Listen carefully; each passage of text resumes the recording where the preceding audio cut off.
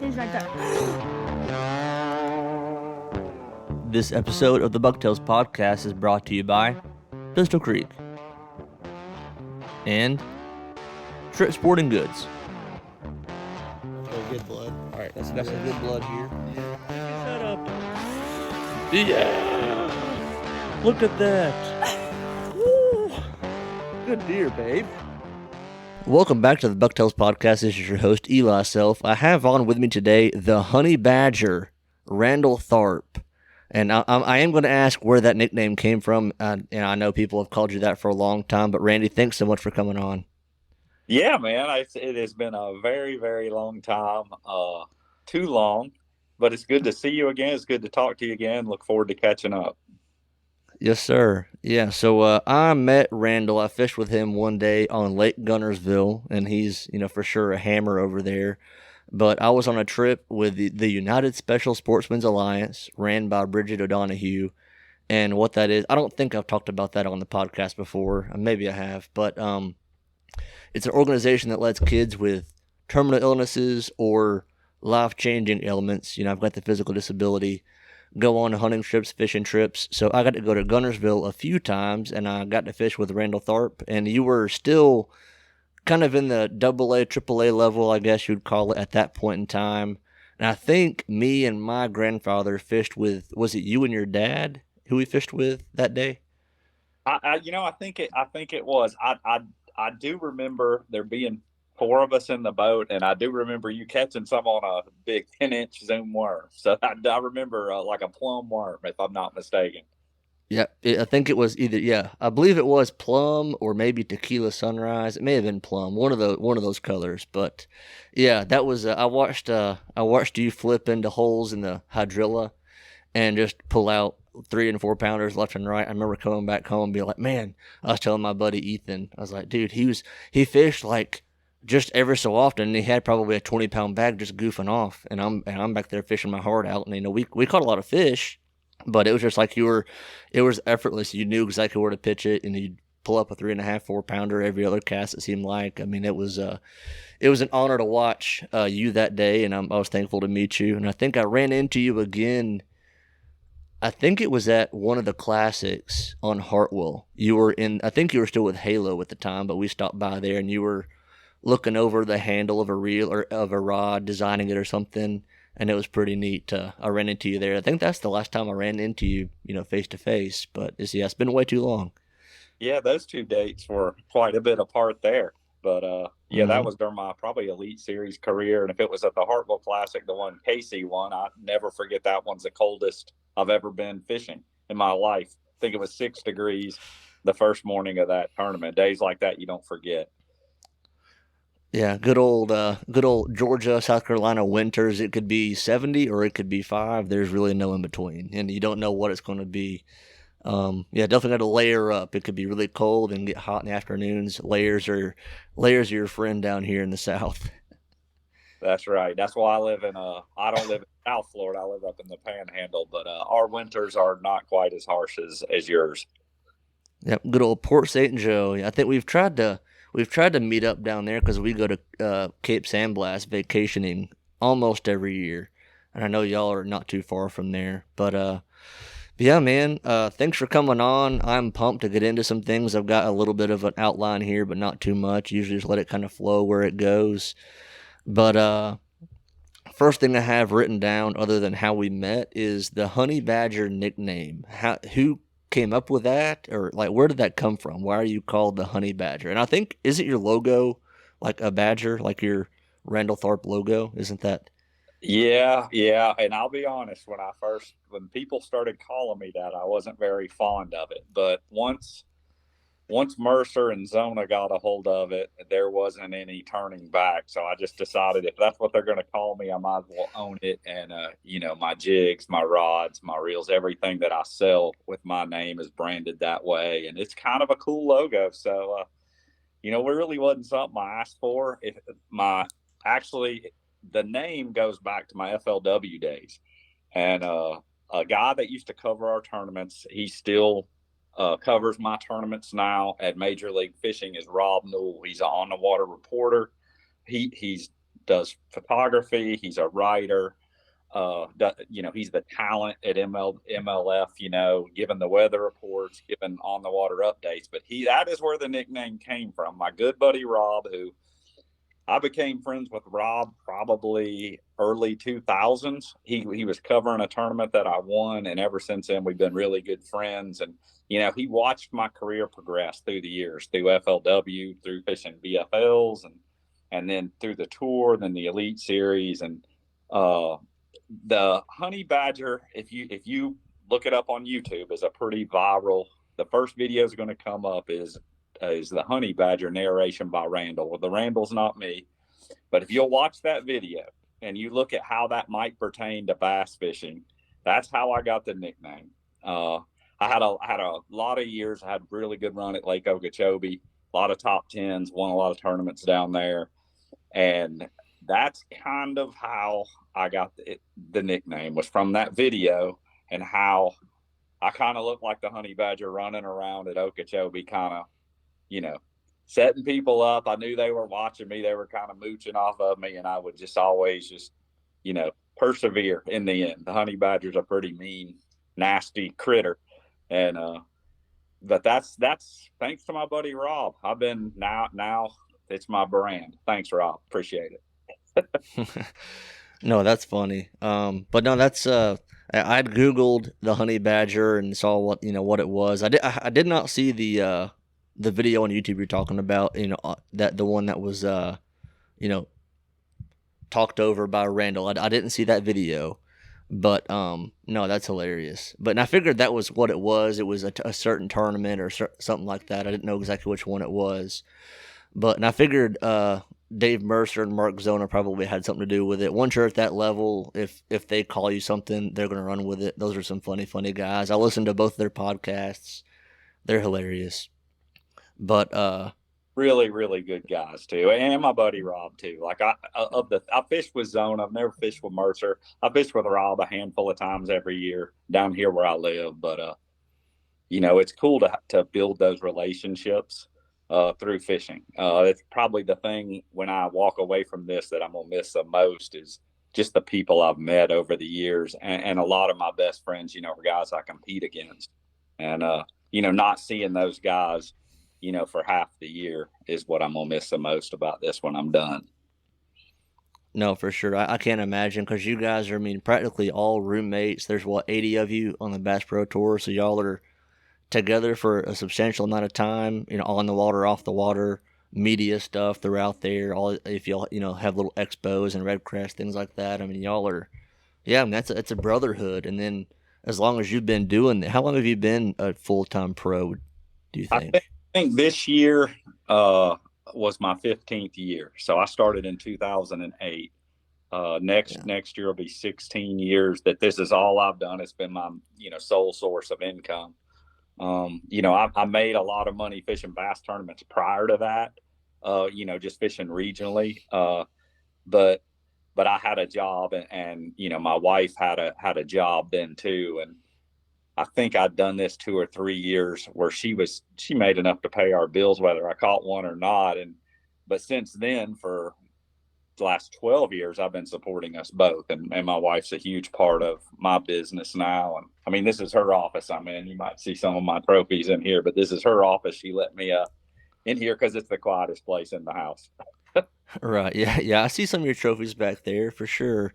But no, that's something that I brought up a long time ago to my buddies, is whenever your wife was able to go on the road with you. I think that is a huge part of being able to be a pro, because I've told my wife before, I'm like, not saying I'm anywhere near good enough to be a pro, but that would be very, very tough if your spouse and or family wasn't with you on the road. I don't know how guys do it that have teenagers at home that are in high school and don't see them that often. That's tough. So for you to be able to have your wife with you and she helps you out for sure on the road, that's got to be a godsend. It's got to be a super huge blessing.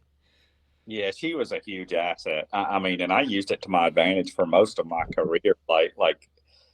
Whatever our practice schedule was, like, she would put me in at one end of the lake and she would pick me up at another end of the lake. A guy that didn't have that he may run to the other end of the lake. Well, he's going to lose the time running back. So I did use that to my advantage in that way. Also, just, I got more rest. She would prepare my meals, make sure if there was anything needed to be handled off the water, she took care of it. So all I had to focus on is fishing. And honestly, like with 80 guys on the Bass Pro Tour now, and back when I was on the Elite Series, I mean, I would say half the guys probably had that going for them, or even had their whole family there. And at first, you might think, "Oh, what kind of life is that for the kids or whatever?" But I'm telling you, it's a pretty cool lifestyle. And most of the kids I've watched come up from whether they were an infant and now teenagers or grown up and gone, like they all turned out really good because of it, whether they were homeschooled or however, that the parents chose to do it. Like one that I room with now is Jared Lintner. His son Jaden just turned 16. He had a birthday at one of our tournaments that I was at this year. And dude, I fished with him this year. He's just like his dad. He's a good kid. And like I said, that's the thing that I will miss the most is those relationships, those people. And man, just, the 80 guys really are just one big family. Their wives, their kids, all of us, and kind of live like a bunch of gypsies. We don't make the schedule. We go wherever they say, and we make the most of it everywhere we go, all year, every year, pretty much. Right. Yeah. I mean, you said it's kind of like gypsies, almost like a traveling circus or a carnival. I mean, because I'm sure MLF has tractor trailers full of equipment, and so that way they can broadcast, on site and have things like that. And I mean, it's like they, Ringling Brothers, Barnum and Bailey, heading to St. Lawrence River. Let's go put on a show up here and broadcast it. And that's, yeah, I cannot imagine, all the people like, heck, you met me because of something through fishing. It wasn't because I'm a pro, but it was just because you're heavily involved in fishing. You got invited, and I mean, that's just another, acquaintance that you met along the way. And that's, and I'm sure you've got, tens of thousands of people.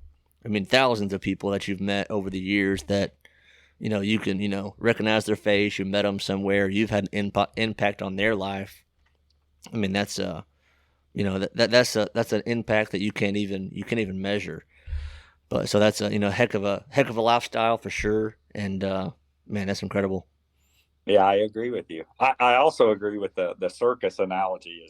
That's what fishing for a living is, a lot like a circus, I would think. But yeah, the people, and I will say this: it may seem like the world's big and the fishing industry or the hunting industry is really big, and it's really not. Like, I haven't been doing it that long, but I pretty much know everybody I know, at least in the fishing industry, whether I've worked for them at one time or I haven't. It's a pretty small, at least in the United States, it's a pretty small community, I think. Yeah, and I listen to a lot of other fishing podcasts, and everybody says that is outside looking in, you're like, oh, this must be a huge deal, but it's the fishing industry as a whole is not that big. Outdoors industry as a whole is not that big. And I'm involved with Pistol Creek Outdoors. It's a turkey call company, so I go to the NWTF convention every February. So there you see a lot of the Will Primos, the guys who run Woodhaven turkey calls, a lot of the huge names in the industry. The guy who, what's his name? Last name's Haas. Is it Foxy, Toxy, something Haas? But he's the guy who runs Mossy Oak, and we meet him every year. And it's like, the biggest names in the industry, they're on TV channels like crazy, and they're all right there, and they all know you, and they know the guy that runs Pistol Creek. Like, it's just a tight-knit community, but outside looking in, it seems like it's huge and massive, but no, for sure. So, you've said a few times, when you hang it up, do you have any idea how much longer you're going? And if you don't want to talk about it, that's fine. But how much longer are you wanting to do it full time? Are you just gonna kind of go? Are you gonna pull a Rick Clunn and go until you're 122, or how long are you wanting to go? Definitely not Rick. And I admire Rick a lot. I've got to know him over the years, but when I left the last event this year, in my mind for a little while, I was thinking that was going to be my last one. I just, I'm 53 years old. I have a lot other things in fishing that I would like to accomplish outside of the tournament realm. The traveling, being away from home. I live a place here that I love a lot. I could never see it all and do it all right here at home, but there's a lot of other things I want to do. But what really keeps me going now is just the companies that I work for. I'm pretty involved with a lot of them, whether it's building rods, reels, baits with my name on it. I work for some of the best. I mean, I truly believe that, whether it's Yamaha Outboards, Phoenix Boats, all the companies that I work for, I'm very involved with a lot of them, and they need me out there. It's kind of my proving grounds for a jig or a hook, or if I got some ideas about a way we should bend a hook to build it, or the length from the point to the barb. Like, that's how I test that stuff. That's how I know it's the best. And it's not just me. Like, if I need something or answer questions, like, I got a lot of close friends out there, I can give them a bait of it. Man, tell me what's wrong with this, or see if you think it's working right. So that's why I need to be out there still. Is there's a lot of those projects that are unfinished that are still, I'm really involved with, and I enjoy that part of it now as much or more than I do fishing tournaments. Like, it's one thing to win a tournament, but to do it with a rod you designed, with a reel, with line and a lure you designed, that's the whole puzzle right there. And I guess guys like Kevin and guys like that kind of really paved the way for that. Guys I've looked up to my whole career, and him leaving this year, I wouldn't say we were close friends, but we got to be friends.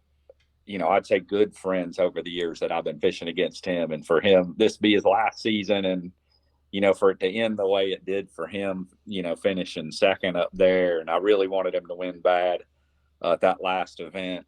But it won't be the same without him. I've always put him. He's the best that there's ever been that played this game. And I don't know how we got to talking on him, but he's been on my mind a lot, because I'm dreading fishing next year without seeing him there. Yeah, KVD has been a household name. I mean, since, I guess, early 2000s, 01, 02, somewhere in there, I guess, is when he busted on. Maybe late 90s, whenever he got 90s is when Kevin started. Like, he's 1 year older than me, but he's been fishing 20 something years longer than me. Yeah. Yes, I mean, his name has been synonymous with bass fishing. I think anybody who remotely bass fishes, you could say KVD, and they'll know exactly who you're talking about. Like, his face is everywhere. He's had his name on.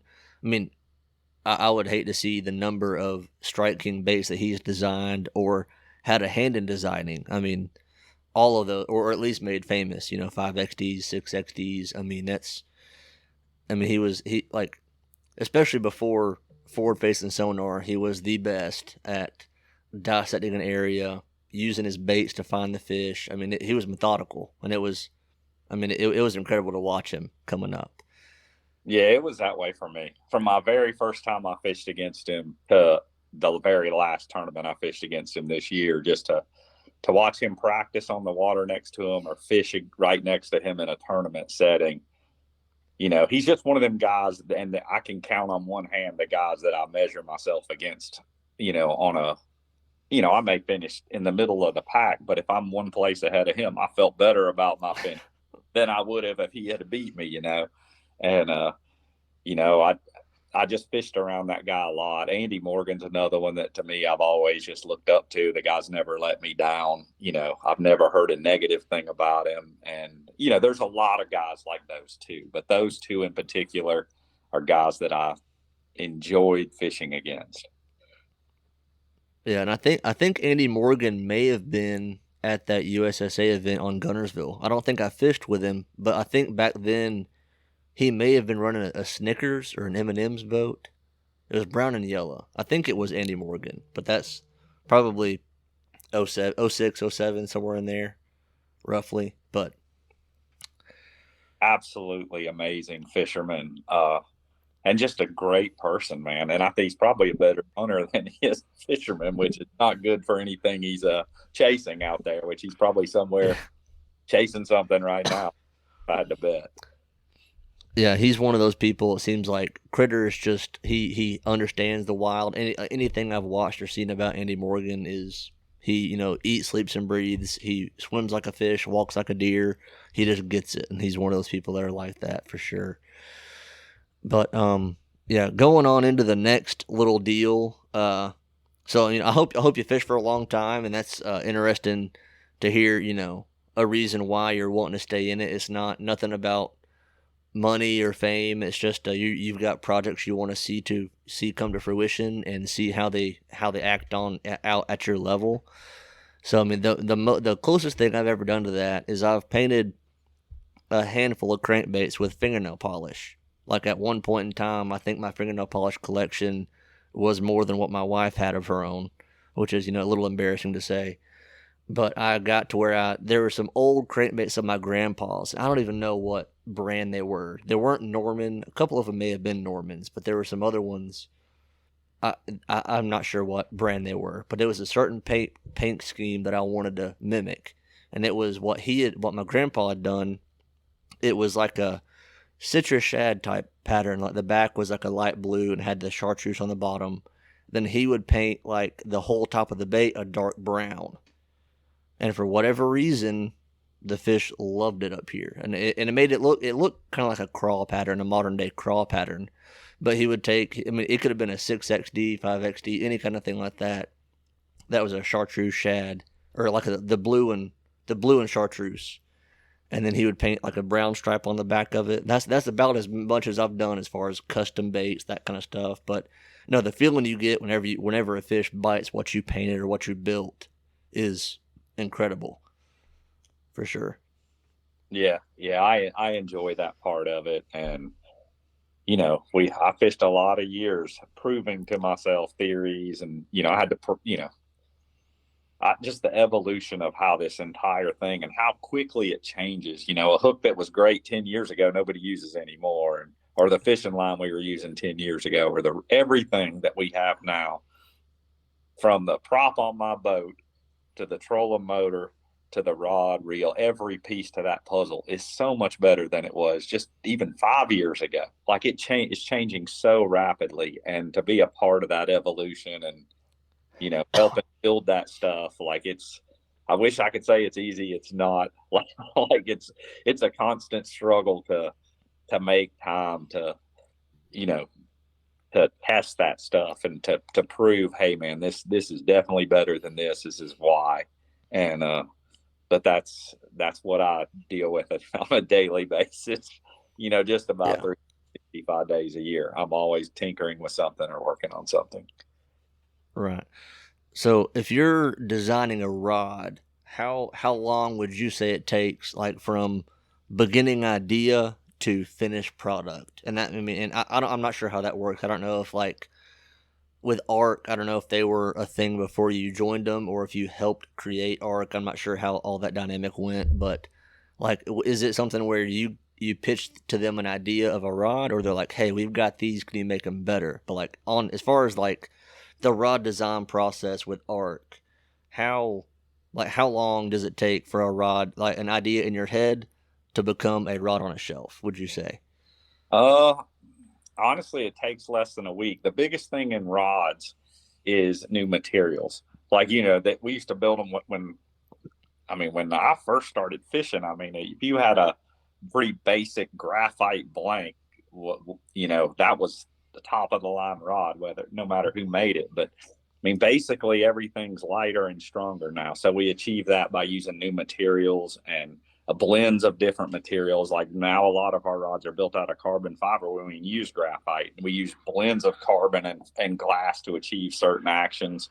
But but I mean, I've been traveled, done a lot of traveling, been to a lot of factories and stuff that build rods, and the time that it takes to do that stuff is shipping stuff back and forth. But if you can actually go there, because the people building that stuff, they don't even know what it'll do. So they need a fisherman there to be like, man, this is the right action for this or for a crankbait and so so so everything is just about building a lighter, stronger, you know, technique specific kind of blank, because our techniques are changing. Now big swim baits are a thing. There's a lot more people using spinning rods, forward facing sonar, all that stuff. So we're tailoring that stuff. But you have to continue to push the envelope on that stuff to stay ahead of the competition. So like right now, for instance, my signature line of rods, we just redid them. They were our best selling line for 5 years at ARC. So a lot of the blanks we kept the same. We changed the EVA. We were buying a reel seat from Fuji. We made our own. It's actually a way better, lighter reel seat than the one Fuji makes. And we're just now starting to build our own guides, so we don't have to buy those from Fuji either, which I've got some rods with our guides on it that I like better than the Fuji's, but I haven't given them the okay. So when people buy my new rod next year, it'll have Fuji guides on it, but it'll have our new reel seat. And I just added some more blanks, some new blanks, but no new materials on mine. We've got some other, that's just stuff in rods, you know, it's just constantly changing. And they're all kind of built the same. I don't know. A few years ago, we were one of the first to vacuum infuse resin into the material. They build boats the same way now. They're starting to, so they're able to use less resin and less material, and they can get it pulled all the way through using high pressure, which makes it a lot stronger than just painting it on and bake it in an oven. Is the old way to build one. So I don't know. It used to be about catching fish. Now it's, I mean, 10 years ago, I had no idea how a rod was built. Now I've watched them build them, and it's pretty fascinating to see the evolution just in the last few years. And, you know, I can tell you why $100 rod cost $100 and a $500 rod costs $500. Yeah, and that's something that people for sure on like an entry level fisherman, weekend fisherman, or whatever, they might see a rod that costs $350, like, oh, there ain't no way I don't need that. There's no difference, you know. For sure there is if you've ever felt one.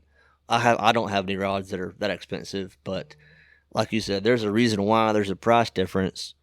But I mean, like you've seen them built, you've seen the differences, you've seen why they're stronger, lighter, more sensitive, and that's just and I'm sure there are bukus of things that you've seen that, you know, the modern day consumer, you know, everyday average fisherman consumer would have no idea if you explain it to them. They're like, whatever, you know, they wouldn't even get it. But I tell you, that's, you know, when I shop and buy a rod, I try to look at, you know, the components, the tonnage of the graphite blank. But I mean, it's like you're saying, I didn't even think about that as like, how is it even constructed? Like that's a whole new ball game to look into when you're buying and, you know, going through like the rod buying process, because there's so many rod companies out there that have that, you know, decent entry level rod from $100 to $150, and then, you know, there's, you know, as much as you want to spend on a rod, you can spend it. But yeah, as far as, I'm sure there may be videos out there that go into those details, but no, that's very interesting that you, like you said, you've been in those factories and seen like, how is it made, why is it more sensitive. And I think that's a pretty good idea that y'all are doing your own proprietary, you know, guides and reel seat, because I mean that's your own design. You don't have to pay anybody else for it, so y'all can probably, I would assume, bring costs down a little bit on those rods if it's your own design. Well, that's the name of the game, and any of it is just providing the best product you can at a price that people can afford. And I'll tell you this, you don't, I mean, you know, I fish out of a really expensive bass boat, and I use some really nice stuff to do my job. But you don't have to have that stuff to go have a good time, man. Like you can go spend $50 to $70 and get a rod that's better than anything I had 6 or 7 years ago. Like, yeah, is the one I'm using better? Yeah, it's a lot better, but that one's still really, really good. And you know, most people, you don't. I think, you know, I'm all about the high school, college fishing and getting kids into the sport, but you know, I don't want them to think that they need a 70 to 80 or $100,000 bass boat or a live scope machine on there to have to go have fun fishing, because you don't. I mean, you can fish off the bank, you can fish out of a kayak. You know, there are a lot of great aluminum boats out there, or small bass boats that fit the bill, and you can still get the job done and have just as much fun as I do with a, you know, the top of the line equipment that I'm out there trying to compete against Kevin Van Dam with. Like, it's, you know, that's the good thing about the sport now is there are a lot of different pathways, and you don't have to spend a lot of money to enjoy the outdoors and go fishing. For sure. Yeah, and that's I'm a high school teacher and I'm the high school coach at where I teach and for the fishing team. And I have kids coming to me all the time asking, what rod should I buy? Do I need to buy a Shimano Curado DC? Do I need a DC reel? And all this. And most of the rods and reels that I throw, the reels I buy are under 100. Most of them, 90 bucks or so is about what I'll spend on a reel, and they work fine. And then the rods are 80 to 100 bucks. I've got one or two that are maybe a little bit more, but for the most part, like you were saying, you can spend $75, $100 and buy a rod that will for sure you can catch fish on it, hook them, get them in the boat, 100%. And that's I think bass fishing sometimes gets into a rat race, keeping up with the Joneses, so and so has an $80,000 boat that's brand new and everyone thinks they have to have it in a live scope. And live scope's good. I'm not against it by any means. But like you said, you can get a good, reliable boat for a lot cheaper. You can get decent graphs for a lot cheaper. And then you can spend, modest amounts of money and have some really good equipment. And that's what I tell my kids. I'm like, you don't have to drop $500 per combo. Like you can have under $200 in a combo and have a really good setup. 100%. Yeah, and the less expensive stuff is way better than it used to be. It'll last a good while. I mean, honestly, a beginner fisherman probably not gonna be able to tell the difference, anyways. Well, and a lot of time on the water to be able to appreciate the difference between a carbon fiber rod that weighs 2 ounces less than the other rod. I mean, the average guy's not going to notice that. He's not going to notice, this reel holds a little bit more line than this reel. Like, what's the advantage or disadvantage? Like that's, but those are things that make a difference to me, like as far as trying to be the best, do the best, and continuing to help these companies build the best products. Like all of that is just stuff that I'm involved with on a daily basis. And, but it's a fine line, I like it when people buy that stuff too. Oh yeah, for sure. I mean, that's and there's and that's the thing. There's a market for every single, price point. There are some guys who have boats full of the G Loomis NRX that are $600 per rod, and there's guys like me who I use a lot of 13 fishing rods, and it's because I can get a decent rod for like $79.99 MSRP, and as far as the reaction bait goes, it does fine. I love their cranking rods. I mean, those are the ones that I use for the most part, but and we both I have a good time, and the guy that spends $500-$600 on each rod also has a good time. And I think that's what when you get to the nuts and bolts of it, it's not looking at everybody else or what everybody else is doing, how they're catching them to an extent, and I'll get into that here in a little bit. But find what you like, what you're confident in, and go do it. I mean, that's it. Like, I'm still very much so in the electric only fishing world. I started a club in 2011.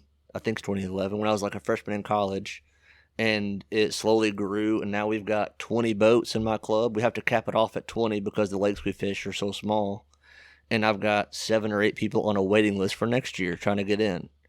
When we fish, is it like just small boats with trolling motors and that's it? Well, it's starting out. It was John boats, trolling motors, cooler live wells. It was very very low budget, and it's grown a lot because there's so many drinking water lakes in Georgia. So we fish Lanier 3 times a year, different ramps, and then there's 5. Then we have 5 other electric only lakes that we fish. But like I fish out of it's an old like a 1990 model Hydrosport. It's a 19-foot boat. But I've got 2 24-volt motors on the back and then a 24-volt on the front. So like I'll run like 5 miles an hour, blazing fast. But and I've got some pretty high capacity. They're still lead acid, so they're heavy, but I've got some pretty high capacity batteries, so battery life's not a problem for me. But there's also some guys who have the electric outboards in my club that'll run 10 to 12 miles an hour. that have like completely custom decked out boats. I mean, it's some people have, 30 grand plus in a electric only rig, which in the bass boat world is not spending that much money. So, and some of it's guys who have come from fishing Lanier a lot. We're so close to Lanier. A lot of my buddies have bass boats and go out there all the time. But a lot of those guys have come from that and joined clubs like I do. I mean, and the electric outboard technology is coming a long way. Battery technology is coming a long way. Like there's a couple of guys that I know. One guy has a 50 horse electric outboard, and one guy has a 75 horse.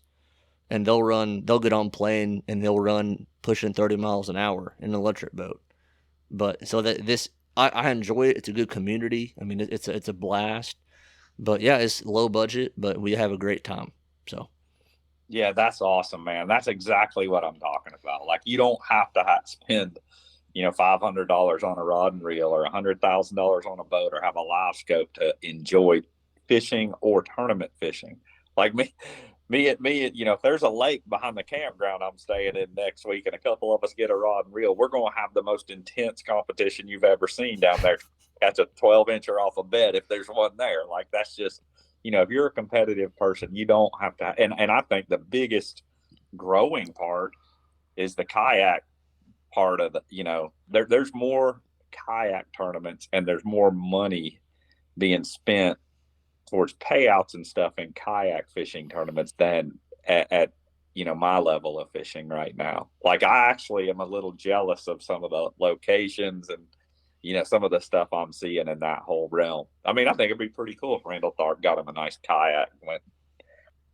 Well, hey, that might, whenever you get out of the big Phoenix, that might be your next stop. The Bassmaster Kayak Series or whatever the next big kayak series is. I mean, that's a lot of guys around here doing that too. I think one of the biggest kayak dealers I think it's called the Dugout.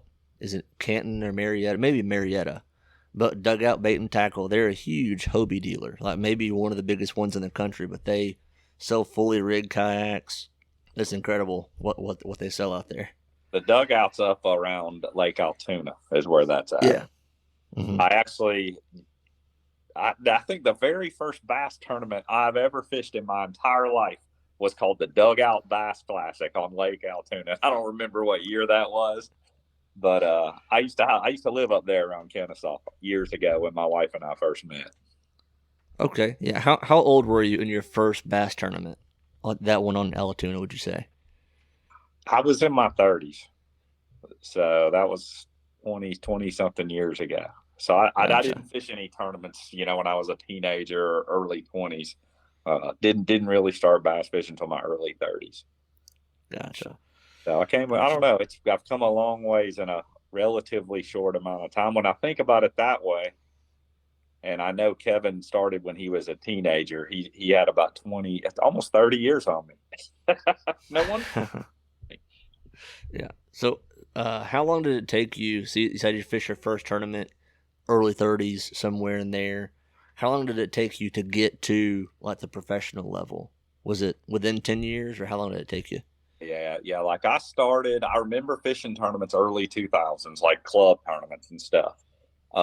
Then started maybe fishing like BFLs and stuff, maybe 2003 or 4. I would say 2005 is when I started having a lot of success. Winning BFLs, winning, regional events. And then I pretty much quit my job at the end of 2007, which was kind of like a recession. The economy wasn't very good.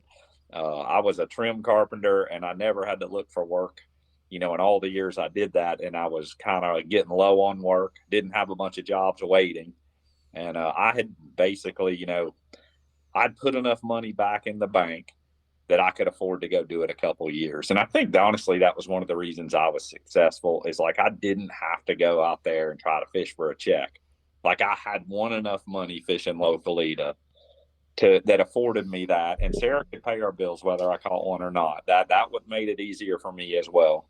And, the first year I won, 3 national events, and they were all a pretty good chunk of change, and I put that money, and I'm still fishing on that money today. So So it's, a lot of, it's an expensive business. I still pay to go to work, unfortunately.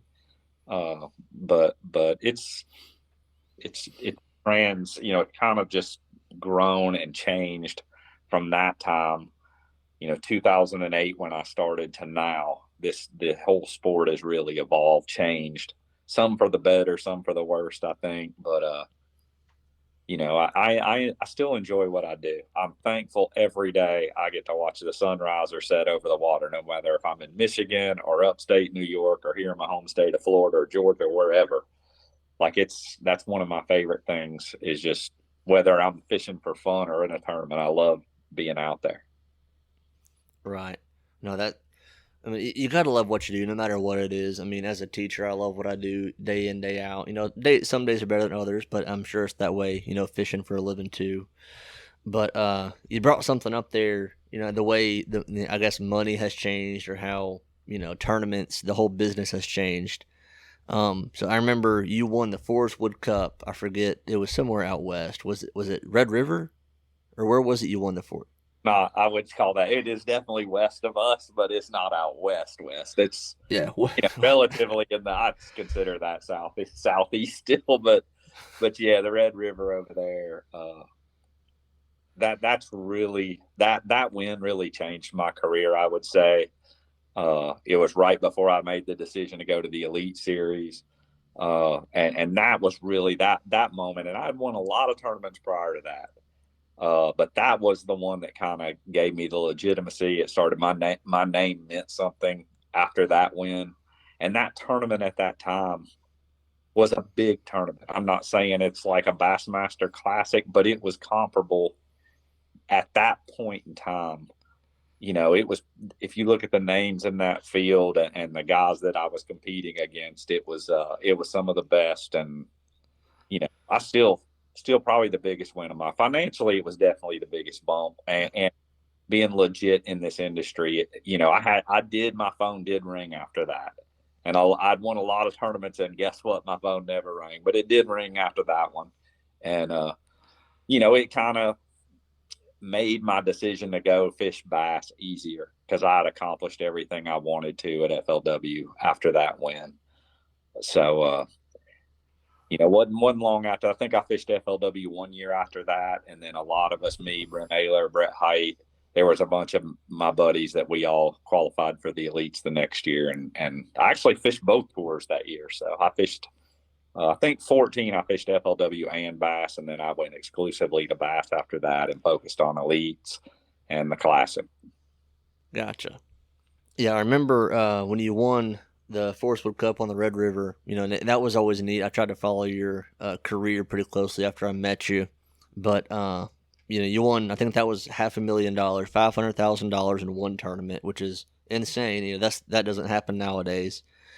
Um, and I remember you said there was an post. It may have been, I don't know if it was on stage or if it was just one of the many interviews. I'm sure you did hundreds of interviews the next few months after that.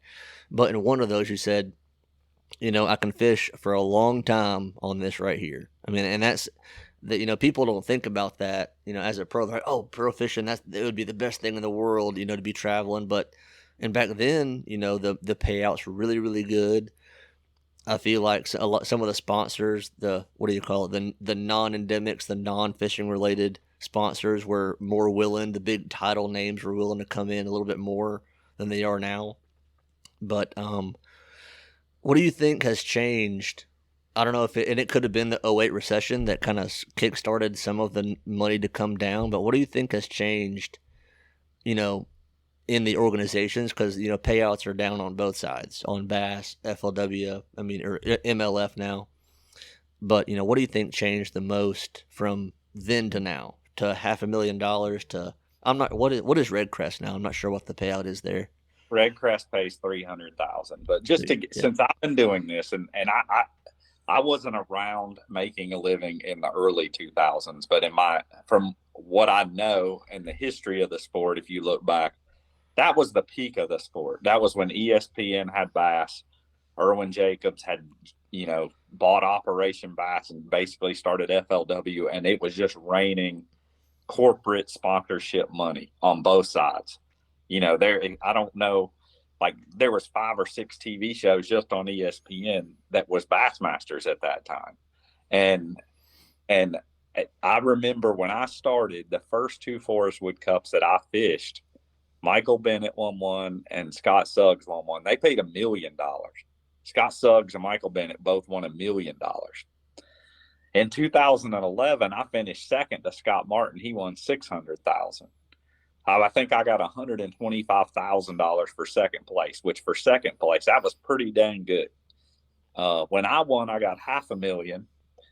Then 2 years after I won, it went to 300,000. So, and that's where the championships are at right now. And if you look at the payout structure as a whole, it's gone down. Our entry fees have continued to go up, and I honestly don't think that trend is going to change. Like it, I haven't seen a pay structure next year, but I'm anticipating entry fees probably go up, payouts probably go down, because that's the way it's trended.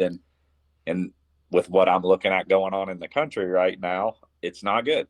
So, I just don't. That's what I'm anticipating. I think, people are still buying boats, they're still buying trucks and stuff. I think, but it's slowing down, and so I'm anticipating it not to get better for us anytime soon. I think a lot of us that were at Bass when MLF approached us about leaving to try to make something bigger and better, I think that was the biggest reason that almost everybody went that they asked.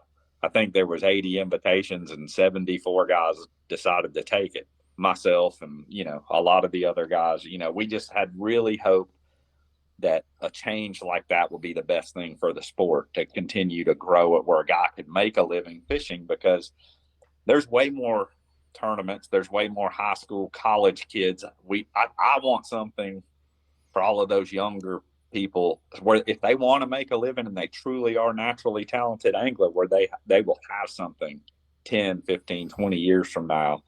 And I'm not going to sit here and tell anybody they can't do it, because they certainly can, but it's not getting any easier. It's definitely not getting any easier. And, ask Jason Christie, ask me, all of us guys that came up at that time, most of us, we got there because we could pay our bills with our tournament winnings. And you just can't do that anymore. I don't care how good. Nobody's going to go out there and win every tournament they fish. And to do it now, you'd have to win half of them to be able to support yourself and pay your bills without any sponsorship support. And I mean, you need to be able to just do simple math. And I mean, my expenses now I fish maybe a dozen tournaments a year now. Championship events, a lot of those team series events, a lot of those I don't even pay an entry fee for, but my expenses are well into 6 figures just to go fishing. And that's a lot of money I'm paying to go to work. Whether that be hotel bills, gas, maintenance on my outboard trucks, stuff like that. Like that's what it costs me a year to go to work. So before everybody's so eager to jump into this boat, think about, going down here and framing a house. You're getting paid to go to work. I'm paying to go to work. So it's different. And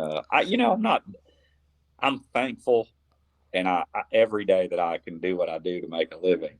But most sports, from what I have gathered, whether it's football, baseball, you name it, is not what most people think. People think it's a dream job. My next door neighbor was a tackle for the Indianapolis Colts. He played in the NFL. And let me tell you, I thought that would be a pretty good job until I started hearing the stories about what he went through to try to make a living playing professional football. And he's younger than me. He's 47, I believe now. And he's a freak of nature. Great big guy. His hand weighs more than half of my body. but he's walking or hobbling around almost crippled because he was playing hurt all these years just trying to pay his bills. And just be wary of what you're getting yourself into. Take it slow. You don't have to rush into anything. And I see a lot of young kids these days getting out there before they're really ready, and they don't have a plan. And I'm telling you, the good companies in this industry, they just don't go throwing a lot of, they didn't get to be big and successful by just handing out baits or lures or sponsorship dollars to everybody that says they want to be a bass pro. They wouldn't be in business very long. So it takes several years to establish yourself in the industry, as far as, you know, you need to perform on the water, but even more importantly, you got to perform off the water. And most people that want to fish for a living, I see it in a lot of young guys. I've tried to help a lot of them. They just want to fish, and it's hard to survive just fishing these days. No, yeah, I can imagine. Like you said, I knew that the entry fees were well into the tens of thousands. That I think the Elite Series is 40,000. I'm sure y'all's is around there, just in entry fees to fish for the year, and then all the travel with inflation. I mean, six figures to go to work. I mean, like, when you frame it like that, that's I'm not gonna say insanity, but that's the side of it that people maybe don't see or don't comprehend. Like, a lot of people don't make six figures between them and their spouse. Maybe they do, maybe they don't. But I mean, six figures. If you make six figures, you break even. I mean, that's crazy. But something you brought up there, all the fishing companies nowadays.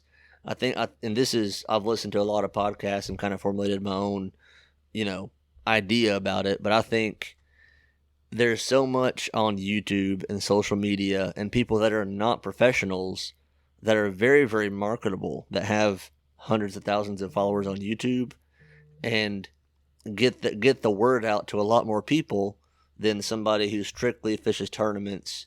And he may win every regional event, every BFL that he enters, but you compare him to a guy that's got a very, very famous TikTok or a very, very famous YouTube channel or something like that. I mean, I think a lot of the money and it's kind of spread. Those companies are spread more thin nowadays. And like you were saying earlier, used to ESPN had the market share on Bassmaster. I mean, and that was about the only place ESPN or TNN way back in the day. That's where you watch bass fishing. Now I can pull up YouTube and watch any Bassmaster Classic I could dream of. I could watch Brandon Polinick, Luke Palmer. I could watch a bunch of the, Brent Ayler, Edwin Evers. I can watch any of their YouTube channels and follow bass fishing for $0 on my part. So, I mean, I think the money is just spread out so thin nowadays that, I mean, and it's not, like you said, it's not going to get any easier. But I think the guys coming up, like I've had one angler who's fishing in college now on a scholarship. And I'm not sure if he wants to go pro. I don't know if that's, I'm sure in the back of his mind he would love to. But I've never had any of my personal students or anglers want to, turn pro. But my advice to those kids are going to be, make yourself marketable. Like, a company wants to return on their investment, so be able to point to, I have this many views on this, I have this many views on that, I've got this many viewers on my live whatever, and then that company might be like, okay, yeah, we'll give you a shot. Don't go there and be like, I can catch bass pretty good. Can I have some money? That doesn't work anymore. Yeah, I agree with you. I don't know that the marketing budgets have changed much, but they are just dispersed and spread thin. And those companies would be crazy if they didn't. Like, it's just a different world now than when I started. I mean, none of that was even in existence. So I've kind of watched that portion of it transpire. And now, I mean, a lot of my contracts, regardless of who it's for, it's about a certain number of clicks. It's about producing a certain number of, quality videos, quality content for them. All of that is part of my job now instead of fishing a tournament, So, but it's something I enjoy. It's something that I didn't enjoy it in the beginning, but you get the right group around you. I got a couple of guys that I love working with, super talented people that are very good at that with a camera or a video camera or editing that stuff. And, that's, I don't know, all that stuff pretty fun. Like, Yeah. I've done a lot of TV shows the last few years, whether it's Joe Thomas's show, Charlie Ingram show, whoever, Zona's show. Like, dude, that stuff is so much fun. If you're just around the right people, it can be a lot of fun. So, but that's that side of it is it's it's so different than it used to be. Yeah. Well, like I remember growing up, it was, if you like, you always want to be like, oh man, I want to be a professional hunter. I want to be on a hunting TV show. And even as, recent as 10 years, you'd think, okay, well, I've got to meet the right people. I got to travel across the country. I got to, you know, get hooked up with people. Then maybe I'll get on the outdoor channel. And now, if you're good, if you can go buy your own camera, your own editing software, and poof, you got a TV show on YouTube. And if you're good enough at it, like the Seek One Productions, I don't know if you watch any hunting, but Seek One is from Georgia. They hunt and kill gigantic deer in like suburban Atlanta, like in the basically in the city. And it was just a startup YouTube channel, and it's caught fire. I mean, that's what they do for a living now. YouTube hunting channel, the hunting public. I mean, there's a bunch of people like that, and that's just the whole landscape of that kind of like the outdoor hunting, fishing, marketing. That industry has just vastly changed, and I think it's changed for the better. I mean, because there's so much information out there, be it good or bad, but there's so much more information. I mean, you can pull up a laptop or your phone and watch hours of hunting and fishing entertainment at your fingertips, at any given time. So I mean, it's a good thing, but it's a new norm that people have to get used to, for sure. Yeah, I enjoy that stuff. I enjoy watching it. Like, I kind of quit camping 3 or 4 years ago. I rent houses everywhere we go, and a lot of them just have like, just like some kind of internet TV. And there's a lot of great hunting and fishing shows that are just free on streaming networks and stuff that, different places I go has different, whatever it's called, Tubi, or, all these different platforms that I'm just now becoming familiar with. But there's some great fishing and hunting shows on networks like that, that's a little more polished than a lot of the stuff you see on YouTube. But I enjoy the YouTube too. I really do. Like I've got a YouTube channel. I don't put a lot into it. A lot of the stuff I'm required to do, or videos I'm required to make, I do put on my channel. But I'm not trying to like make money out of YouTube. But some of the guys I know, Brandon does. I'm sure Jacob Wheeler does. I'm sure a lot of those guys that have made a effort to do that, they're putting out some good stuff. Yeah, and I think the model that they do it at is kind of a good mindset for a young angler coming up. Is like they've built their own personal brand. Jacob Wheeler has Wheeler Fishing. Brandon Polinick has BMP Fishing. Dustin Connell has DC Fishing. It's like it's his own company, business model. I mean, branding, whole 9 yards, and that's kind of how you have to put it. Like this is my company is Randall Tharp Fishing, and this is what I offer. That's kind of how it's going nowadays. But and again, not a bad thing. Not a it's just kind of how it is, and that's fine. I mean, I think it's a good thing. But it's definitely smart on their part. Like none of us run the leagues. We just we're a part of the league. We don't run the league. If the whole league thing goes south, or tournament fishing, at least they still have an avenue where they can do what they love and continue to have their business and make it work. So it's smart. It's definitely, I feel like the younger guys, 10, 15 years younger than me, guys that came up after me, have a definite advantage over me because they grew up in that world, that environment that was normal to them, where it's not to me. But more, my hat's off to them, man. I like watching their stuff. Like I see what they do out there at our tournaments. It is fishing a tournament at the level that we do. It's a lot of long days, a lot of hard work.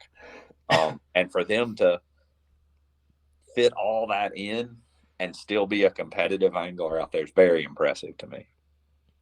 Yeah, no, for sure, for sure. Well, enough about the administrative type stuff there. I do have a question. I enjoy talking about it. I mean, this is something that it's everywhere out there. I feel like me and you could talk about it for 4 more hours. But I do have a question from a former student of mine.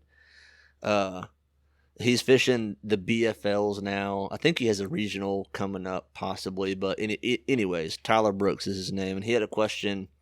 Whenever you're going to fish a new lake, brand new lake, never been to it before, how do you go about breaking down the lake? How do you pick a ramp to start? What's your whole process? Do you do map studies ahead of time? Do you like what's your process there? Brand new lake, never been, and you got to go pre-fish. Well, I mean, I think every person's different. Every bass fisherman is different. There's no right or wrong way to do it. And something that I've really over the years that I've enjoyed, whether it's with somebody like Kevin, is I like to see how they do their job. Like I like to watch them practice. I like to understand how they think. But for me to sit here and tell somebody what I would do wouldn't be fair to them. Like if he's traveling around fishing regional tournaments or whatever, which is what it sounds like if he's going to lakes he's never been to, he needs to start developing a system that's going to work for him no matter where he goes. He's got to have strengths and he's got to have weaknesses. Always try to fish to your strengths. Always try to find something that you have confidence in or something that looks good to you, regardless of where you're at. There's some, I don't know, some places where that just doesn't work. Like it doesn't do me good to go up to the St. Lawrence River and think I'm going to go flip grass and be competitive there because everybody's going to catch 25 or 26 pounds of smallmouth. So you can't do that everywhere.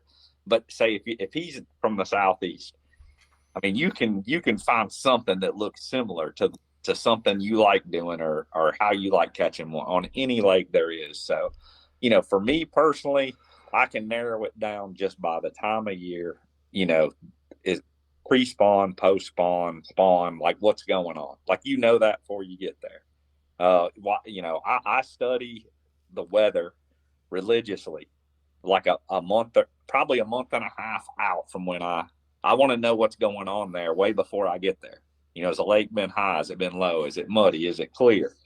All of those are pieces to the puzzle. You can be way ahead of everybody else, or you can start formulating a plan before you ever see the water. And then, once you get there, like our practices are very brief. We get a day and 3/4 really. We get one full day and then we have to be at the water usually by 6 o'clock on day 2. So, but what is allowed is like the day I arrive, the day before practice starts, I can ride around the lake and look at it. Like if I think they're going to be in dirty water, I can find it in my truck. If I think they're going to be in clear water, I can find it in my truck. If I think they're going to be in current, I can see if a current's rolling up a river. So all of those are things that he can do to, try to find something that suits his strengths. But for me to sit here and be, well, I'm going to go try to flip a jig. I think you ought to flip a jig on a blank bank. If he don't like fishing a jig or have confidence, that's the last thing he should do. And that's the coolest thing about tournament fishing is there's no right or wrong way. Like I made top 10s and won tournaments, and there'd be 10 guys fishing on the final day, and 8 of the 10 will be doing totally different things. And that's the cool thing is, man, what thing's going to be the best this week or today or the final day. And that's what fascinates me about the sport is just the different people, different techniques, different approaches. I'm sure certain guys, well, you got to be doing this or you're not going to win. Well, that's not true, man. There's all different ways you can skin a cat. And that's the advice I would give him is just don't get caught up into what everybody else is doing. Try to do your own thing. Try to fish to your strengths. And I mean, if you've only got confidence in throwing a green pumpkin finesse worm on some rocks, and go find some rocks. Do what you're best at and stick with it. Don't lose confidence. But to go do something that somebody else told you, if it doesn't go your way, it's not going to last long. And it's honestly like it's just never worked for me, and it's never worked for a lot of my buddies that compete at the highest level. Most everybody I know does their own thing. Yeah, no, I agree 100% with that, and that's what I told him after that. Any advice that I gave him, I'm like, man, it's hard to catch somebody else's fish, and I find myself saying that to my high school anglers all the time because they'll ask me, well, do you have any good spots or what have you been doing? I'm like, well, I can tell you what I've been doing or where I've been doing it, but like it's hard to catch somebody else's fish is the saying I've always heard. And sometimes I might tell you, hey, Randall, there's a great brush pile on that point. Go throw a spook over it. You'll catch 20 pounds for sure. And you may go over there and have the day of your life. And you may also get there and not be throwing the right color, the wrong cadence, or something maybe just a little bit off, even with, conditions. And then you're like, well, crap, this this ain't gonna work, and then that you'll get into you spin yourself out. But yeah, and that's any advice. The one bit of advice I did tell him after that was you know, a shaky head has won a lot of money, and that's something that's me talking to myself for the most part, because in the tournaments that I run, the electric only stuff, my best tournaments, the tournaments that I do the best in, win money in. If I win, usually I've got a shaky head in my hand. I found a pattern or found a school of fish, and it's my confidence.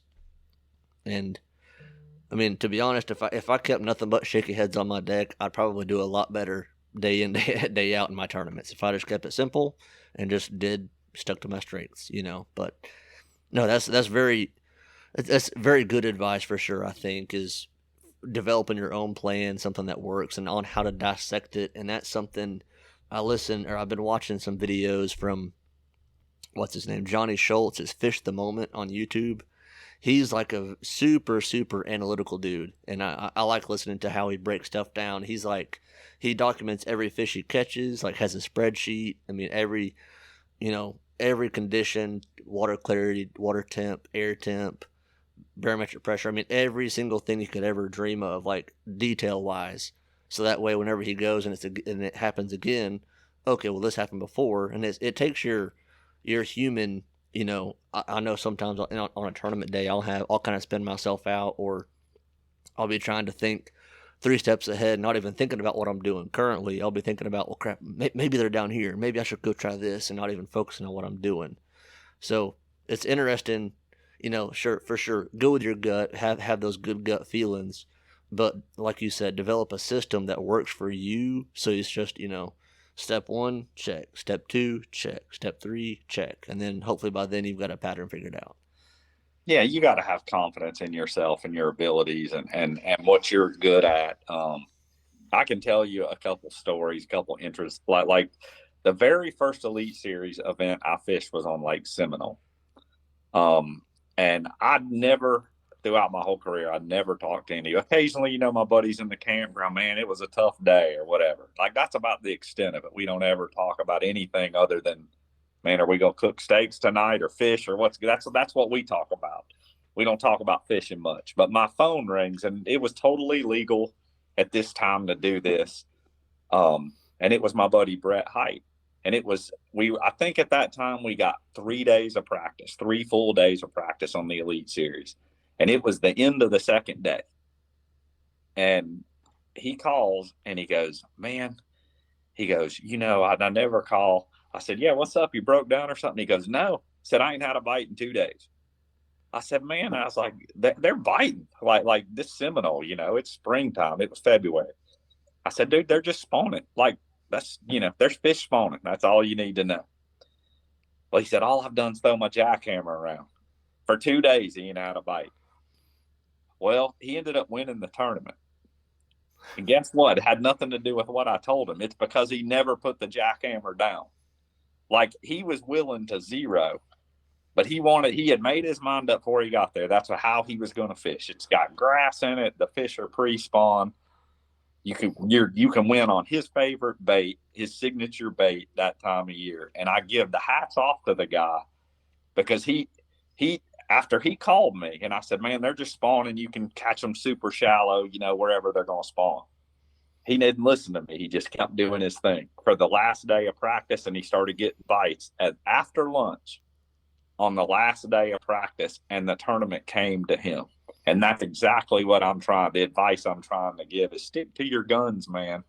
Like it's, and have confidence in what you can do out there. And that's the reason B Heights won all the tournaments he's won, is because he's the best with that bait and that particular technique. And he's stubborn as a mule too. He's probably lost a bunch of money and, finished at the back of the pack too, just like I had. I'm stubborn too. Stubbornness can get you in trouble, and it can also put the trophies on your mouth. Yeah, no, for sure. But that's crazy. And that's something, fishing, I've never fished for anywhere near that kind of money before. What you guys do, but to have the guts to stick like on with Brett Height's situation, to have the guts to stick with that after having days of no bites, and then you piece it together the last half of the last day of practice, And then, all right, yeah, let's go do that tomorrow. That's insane. I mean, that leads me to another question I had for you. Um, on confidence and like you kind of like the mental strength is of like if you have a great practice, like let's say you're on a lake, you found a good area, a couple of points, or maybe it's a creek, whatever, but you found a spot like, all right, I'm gonna fish there. I've got tournament winning fish, like that's where I'm gonna go. And then let's say you have a bad boat draw, you show up and there's two or three locals on one spot, there's another competitor on another spot, the first two places you go, and you're like, crap, what do you do, or how do you stay, like, do you, I know there's a lot of unwritten rules. Sometimes you could pull in like, hey man, do you care if I, go up here and fish this past you, or communication's key in that point as far as like boatsmanship, I guess. But what do you do if in that situation, and like in my situation, electric stuff, if I have my mindset on something and I'm not the fastest boat, I may not get to that spot first. So what's your advice in that situation? Like there's a competitor or a non-competitor on a spot you had your heart set on. Well, one thing I see that a lot of guys at my level, a thing that differentiates us is we never get so locked in. I mean, you can't control what happens out there, whether it be with another competitor, a local, if there's another big tournament on the water the same day. I have no control over that. So you can only control the things, hey buddy, that you can control. So you always have to keep an open mind. And I can't tell you, excuse me, I got a 9-month-old lab here that wants my You're attention. good. But you can only control the things that you want to control, and just you have to be willing to pull a rod out of the box at any time that you hadn't practiced with. And I'll be honest, like I never know what I'm on anymore until the tournament starts. Like, man, I mean, the most I'm going to do most of the time, I don't have a hook on my bait to begin with. So I don't really know what size. I'm just looking for a certain number of bites. And then once I get a few bites, then I'm looking for as many options as available. And my strategy, changed a lot when we started going to every fish counts at MLF. And like I was pretty much just like you with your electric motor. I was confined to one part of the lake because if I ran to the other part of the lake, I'd be so far behind I couldn't catch up. So I had to find a bunch of options in one area. So now we're back to 5 fish and I'm hunting quality bites, but I just don't catch very many fish in practice. So I never really know. For me, it's just finding options. I want to find as many options as possible. And I don't really care how I have to catch. I just want to catch them. So that's my approach now. In practice has never paid a dime. And I know most people like they have to catch a few fish to get their confidence up. But for me, it's I like catching them on tournament day, so that's how I approach it. Gotcha. No, that makes a lot of sense. I mean, I've had days where, of course, when sometimes I have time to pre-fish or sometimes I don't. And, I fished all the lakes that we fish on our schedule, pretty regularly. So I kind of know what should be going on there. And I've got areas that I mean, the lakes aren't that big. So I kind of know where I want to go. But this past year, there was one tournament where I pre-fished a lake that I usually do pretty good at. It's a lake called Hickory Log. It's in Canton, so not too far north of Alatoona, Marietta, Kennesaw, that area. Well, I went pre-fishing, and there's a certain area that I always go to. Like it's just I have luck there. I found it the first time I ever went to the lake. I caught a bunch of fish down it. There's always fish on it, so I'm like, all right, I like this area. I went over there and pre-fished. I found a couple good. This is summer, like late summertime, probably June-ish, sometime. I found a couple different points that were loaded with fish. Made 2 casts, caught a 4.5 pounder. I'm like, cool. All right, they're here. There's some size. I'll go look around. And then tournament day came. I went to that spot. My first fish was a 3 pounder. We didn't catch any other size past that. We had like 8 or 9 pounds, and this is a lake where usually 10 to 11 will win it on 5. So I think we finished third, but pre-fishing kind of worked out for me. Then you fast forward to the next month. I think this is July or August. I went pre-fishing to a lake that I haven't done very good at. So I was fishing some new areas, just trying to cover water, get some ideas. and I was throwing a drop shot up into some grass, and I was, Texas rigging, weedless, a 6 inch drop shot worm, and I would rip it up out of the grass, and when I rip it up, they would just chomp it. And I had a really good day, caught a 3, a 4.5, it kind of stair step down from there. Had a great day on drop shot, phenomenal, my best drop shot day ever probably, by myself. And then tournament day came, the fish were there, and I could not get them to bite, and I was stubborn. Like, and that's, I probably should have changed what I was doing a little bit earlier, but yeah, I just fished. I had like 3 or 4 places I was cycling through all day, and I kept the drop shot in my hand. I'm like, it's gonna happen, it's gonna happen. The fish are here, and it never did. We had like 5 dinks, I think, maybe not even limit, 4 or 5 dinks, just little bitty ones. So it's like and sometimes that happens, like you said, if you're stubborn. Sometimes it's good, sometimes it's bad, and it could have just as easily been a phenomenal day. They could have started biting at 12:30, but that's I kind of have a love hate relationship with pre fishing, because sometimes, like, back to back months, one was like great, finishing the money, had a great tournament. The other one is like, why do I even do this? Yeah, I used to pre-fish a lot, like early in my career. But there was a lot of things that I needed to figure out, like smallmouth lakes for one, herring lakes for another. If it was a river or if it was Florida fishing, I was comfortable. That's what I grew up. I knew how to approach those tournaments, but I did a lot until I figured the smallmouth thing out, before I figured the blueback thing out. And Florida fishing is a struggle for some guys. That's another unique, different. It's not normal for most people the way we fish down here in Florida, but I think it's overrated now. I mean, if you ask most young guys, they're going to vote for the most practice they could get. Most of the older guys that's been doing it as long as me, I mean, yeah, I can see it at the boat ramp now. I used to be daylight to dark. I would be the first one there, the last one to leave every day, and I wanted the other guys to see my truck and boat there too. And now, I mean, if I feel good about it, or if I have a lot of options that I was talking about, I get off the water at 2 or 3. Go in and enjoy a good dinner, cook a steak, get rested up, you know, until practice starts paying something. I'm just not. Yeah, I mean, I've heard too many stories like that, where people, they're the practice champions. Oh man, I caught them good in practice, and then tournament day comes and it doesn't happen. But that's fishing. I mean, lakes change so much.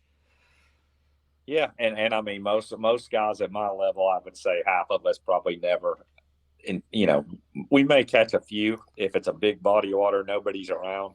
The last thing I want to do is let somebody else see me.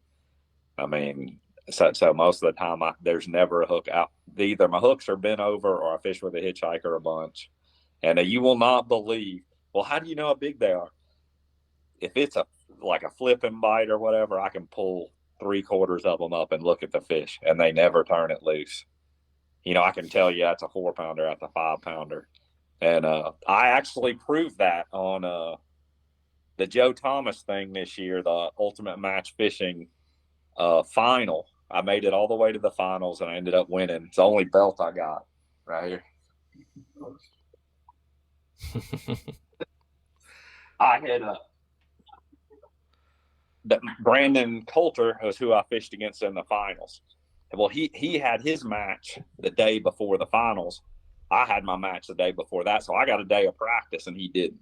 Well, he went and caught all his fish, and I literally went and shook about 10 fish off, and I knew how big each one of those fish was. And I would tell the camera guy, they were all spawning. They were around some boat docks.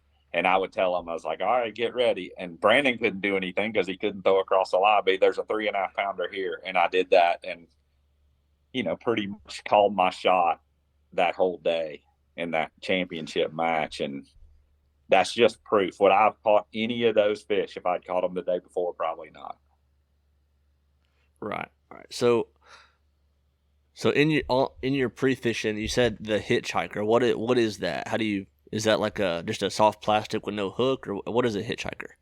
It's there's several companies that make one. The one I use is made by Owner, and it's just a little screw lock. It's just basically like It just looks like a corkscrew. So I put my weight on my line.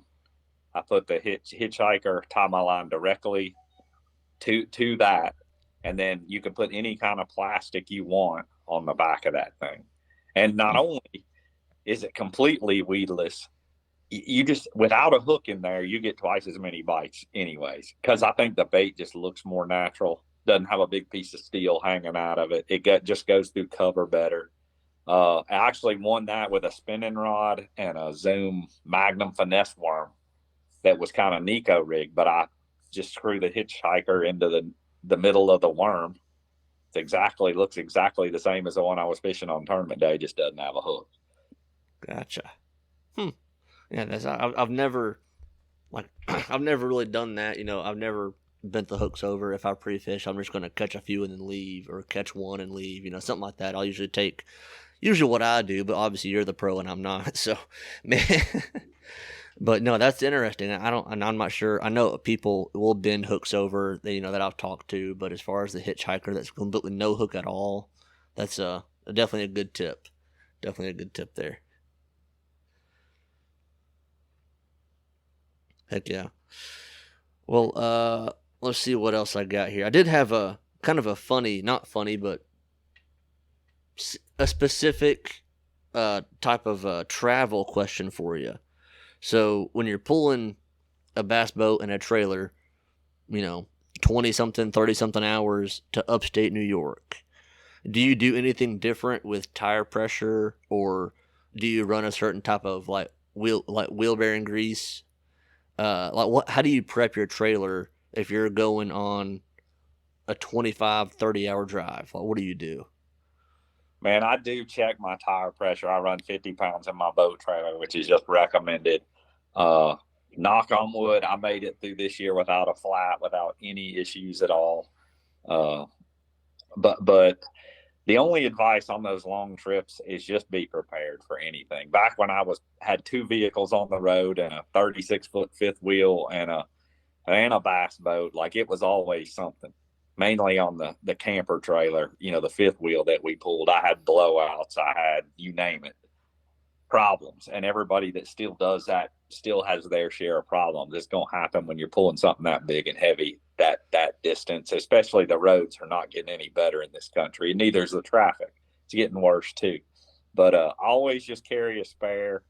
Always make sure you got tools on there, tire, plug kit, uh, perhaps extra, hub kit, something like that. I mean, our trailers are really good, and I just don't have any issues. I've never had issues with the Marine Master trailer, which is who builds the trailers for Phoenix. Um, but man, you can't predict what's going to happen. And obviously, man, I get a new boat every year, so I'm fortunate. I don't have to worry about bald tires. I always have good tires on mine, and Right. I always have a spare. I always carry a pump, patch kit, that kind of stuff. And just planning a trip out, I plan my route to avoid the big cities. Last thing I want is to be in downtown Atlanta during rush hour and have a flat. But I avoid Atlanta. I avoid a lot of the Chicago. I won't drive through those two cities. I drive 2 hours around them. Most of the time, I still get there quicker because nothing bad happens. But and traveling at good times. Yeah, no, that makes a lot of sense, and that's something I always have extra grease with me because I had one. I've always had older boats, but I had a wheel bearing go out on me, and thankfully I was just a couple miles from the house. But so now I'm very quick to check. I'll even pull up to the stop sign at the end of our road and hop out and feel my hubs and make sure they're not warm. I'm like, okay, we're good. Nothing's getting hot. That kind of stuff. But yeah, being prepared, and I guess that's for any kind of fishing. Making sure you got extras of everything in the boat while you're on the water, stuff in the truck. I mean, that makes a lot of sense. So Yeah, and it does. I wish it every year since I've been doing this, I try to refine everything even more. Carry less stuff, but make sure I got everything I need. But having a reliable vehicle, and obviously for me, getting a new boat and a trailer every year, it definitely helps. gives me confidence, but there is definitely no guarantees. Things happen as much as we're on the road. I think last year it was not, I think it may have been 47 days behind the wheel Wow. in a year. That's a lot of time. And those are not 5 hour days. Those are minimum 8. I think the longest I drove this year without stopping was 21 hours. And I used to do that a lot in my earlier career. And back when I was fishing boat tours, I had to do it a bunch just because I was missing practice time. But now I try to, usually about the first day, I'll do 12 and then try to get there the second day. I'll usually leave Gotcha. about 2. I can get through most of the traffic areas before most people leave for work. And then, I don't like driving. I can drive early in the morning, but if I drive all day and then it gets dark, I struggle. So I'd always try to stop before dark. Plan my stops. You can get on Google Maps. I always make sure the hotel I book has got parking. I like a restaurant within walking distance, and it takes a little work. But if you plan the trip like that, try to make things as easy as possible for you. And then obviously, when I book a house, you can read the reviews. Most of the places I've stayed before. So I know parking's good. I know it's convenient to ramps. And, unfortunately this year our schedule is out and not very many lakes on the schedule have I been to before. So may struggle this year with some reservations, but we'll just have to cross that bridge when we get there. Right. So on the hotel, this is a personal question for me. On the hotels, as far as one, I try to, if I ever have to travel to fish, like there is an electric only state championship I fished in a few times.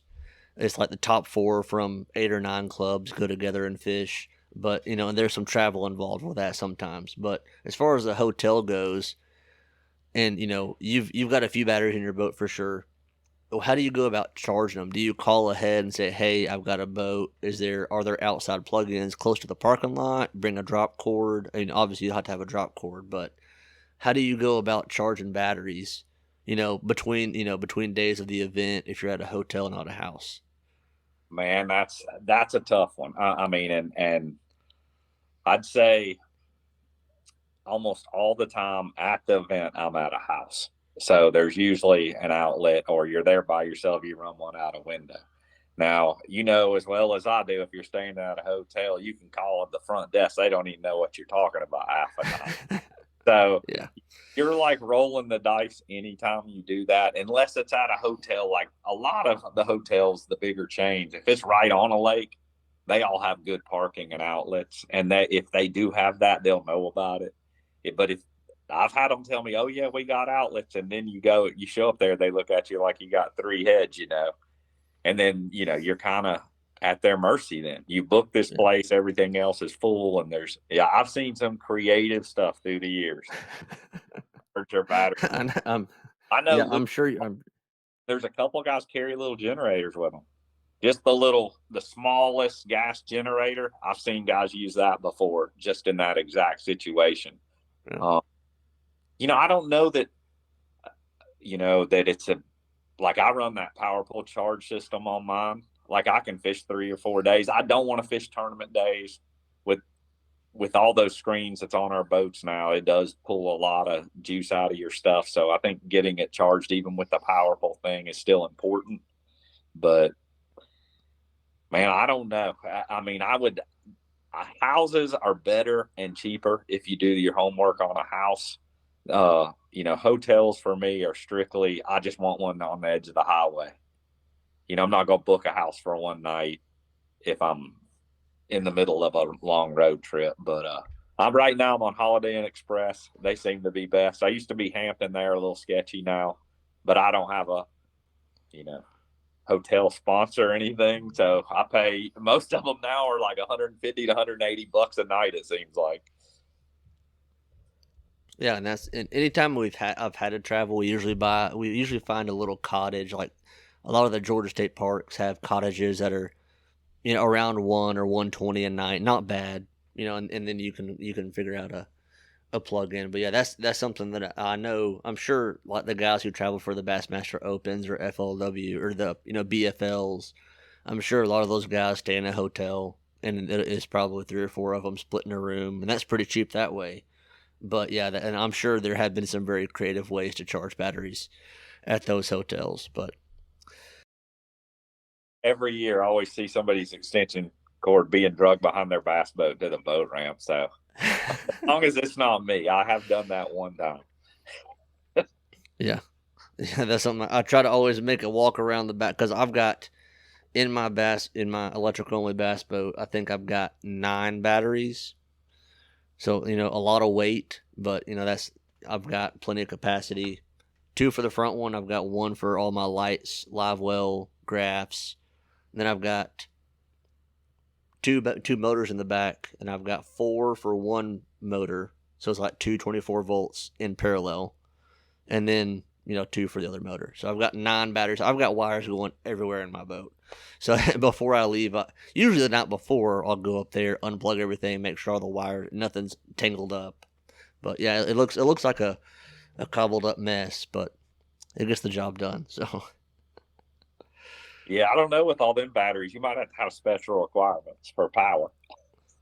yeah, well I've got a splitter, and I don't use any high powered chargers. I think mine are all battery maintainers, that kind of stuff, because I don't fish many 2 or 3 day events. So usually if I fish one day, I can let it charge for the full next day, something like that. So I think they pull, it's like 2 amps per bank. So I'm pulling probably between 20 and 30 amps as far as what it's pulling. So I'm not pulling 100 amps. So I won't burn anything down, I hope. But Yeah. Are you got lithium batteries or?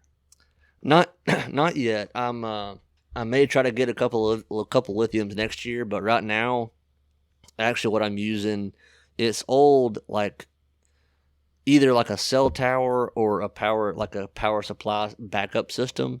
So some of them are 100 amp hour and some of them are 133 amp hour batteries. But I buy them used, but they're all guaranteed to have like 90% of their life left. And I usually use them for 2 or 3 years, and then I'll swap out slowly, rotate through, buy new ones. But I can buy them for like $60 or $70 a pop. So I mean they're pretty inexpensive. So I feel like I'm doing a drug deal every time I go to buy batteries. I'm like, yeah, I gotta go meet my battery guy. Yeah.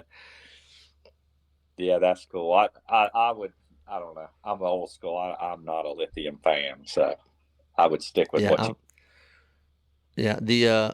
The technology's coming a long way, but something that I noticed, we start our tournaments in late January, and as you know, in Georgia, it could be below freezing, or it could be in the 60s. But this year, it may have been, I forget, either this year or last year, one of the guys who had just went to all lithium before the tournament started, he couldn't get his motor to do anything. He had one of the nice electric outboards. I think it was like a 9.9 horse equivalent, 48 or 60 volt, and he had some nice lithium batteries. But that's one of the disclaimers that I've heard is if it's under a certain temperature, the lithiums won't work. So I feel like people, they either have like in the battery compartment, they have like a warmer, or they'll put like a little light bulb in there the night before so it warms them up, or something like that. But yeah, there's a lot of unknown, and there's so many companies out there, you don't know who to trust. I mean, there are definitely a few that are bigger and more well known, but like you can go on Amazon and there's 50 different companies you never heard of. So Yeah, it's still that way. But they've made a big push to lithium companies, and there's 20 new ones every year at ICAST. And I would say on like my tour, I would probably just guess there's 65 guys running lithium and 15 not. And look, I don't have a battery sponsor. I run AGM batteries. They're heavy. They're expensive also. They're just almost expensive as a lithium battery, the one I run. But I have been like 10 years and I have not had a single issue with a battery. And I wow. challenge anybody, any of the 65 guys on my tour that are running lithium batteries, just tell me that you've been one season without a problem. I haven't found a person yet that can tell me they've been a whole season without a problem. Yeah, I mean that's a testament right there. I hear it, but my deal is we go places there is nothing. You're not going to Walmart because Walmart's 2 hours away to get an Everstart. Like, I just don't want problems. And I could have problems, but I knock on wood, in 10 years I've been running these batteries that I'm running now, not had a single issue with my battery. Wow. Yeah, and that right there is a testament. And like you said, I mean, we've had only the last handful of years have we had guys swap over to lithium, and more people are doing it, especially in the electric only world, just because it cuts so much weight. Like they're like, okay, well the weight reduction is going to be worth it, so like they gamble and go for it.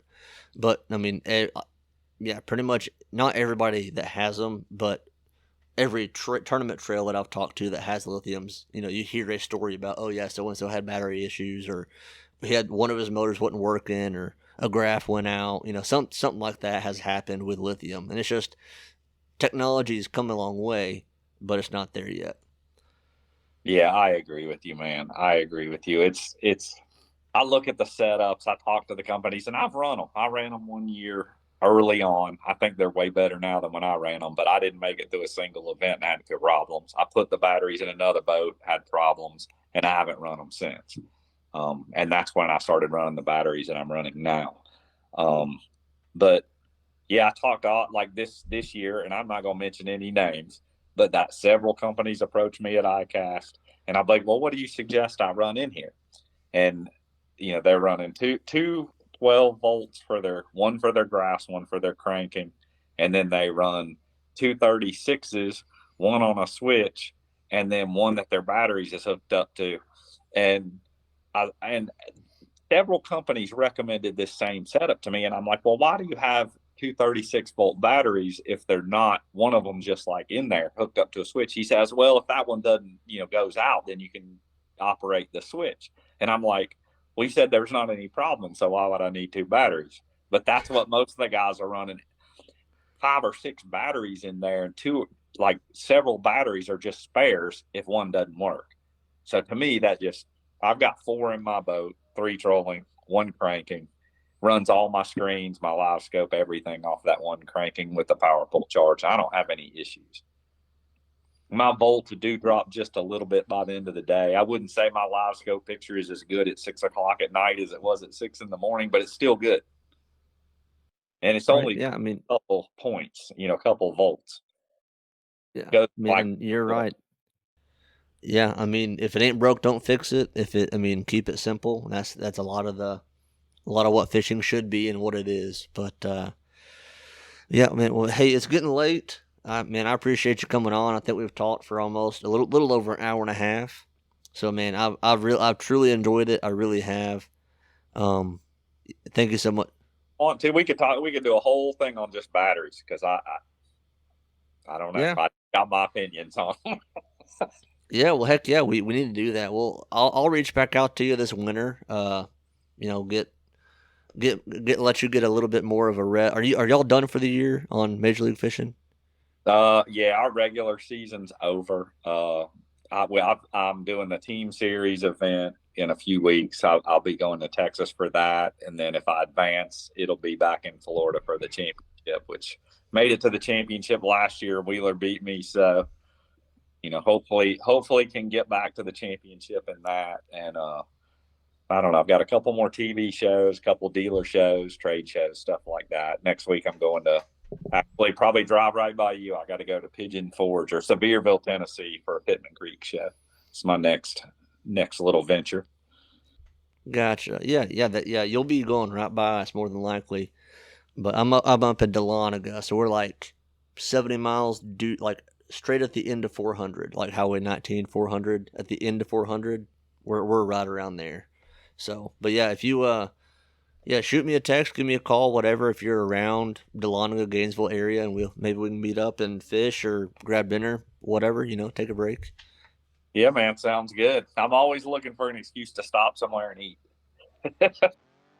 All right, sounds good, man. I appreciate it. All right, Eli. Good talking to you, man. Yes, sir. Thank you for listening to the Bucktails Podcast.